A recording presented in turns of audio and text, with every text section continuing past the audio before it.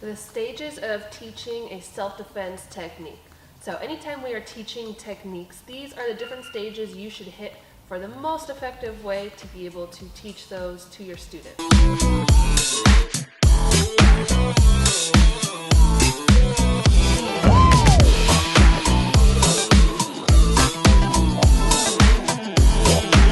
Step 1, pre-framing. So pre-framing is giving the context of a certain technique.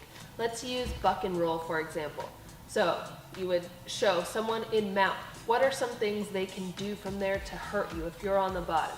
They can punch you, they can elbow you, they can choke you, they can keep you down. It's difficult to get up because all their weight is on you. They're on top of your hips. You can't move your hips.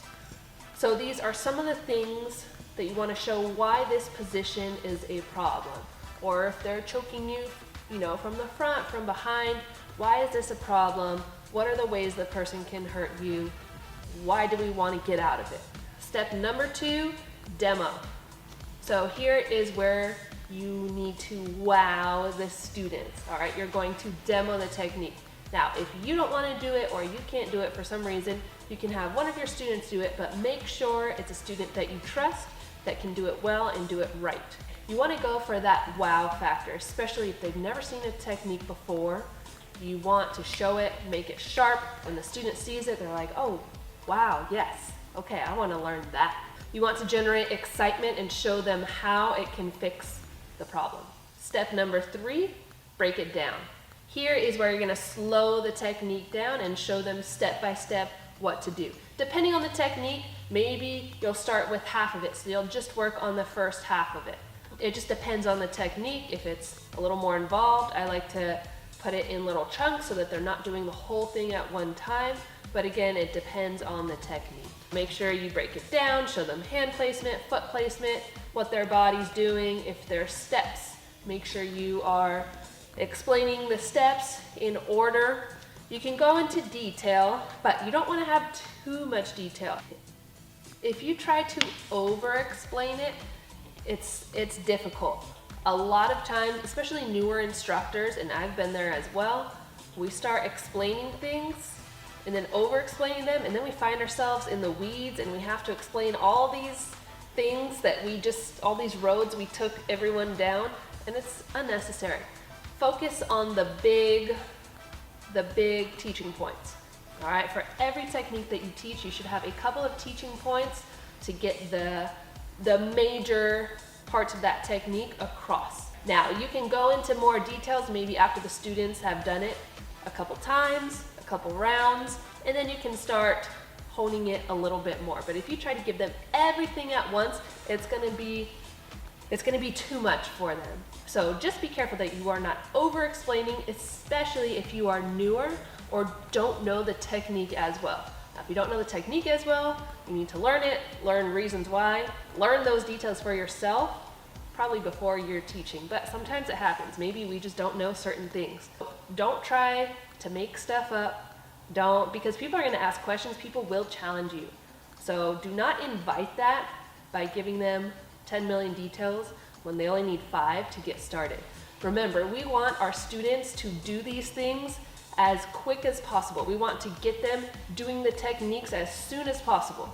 That is the goal, because they need to do it. They might be able to understand it, but if they can't do it, it doesn't matter. But if they can do it and they don't understand it, they can still do it.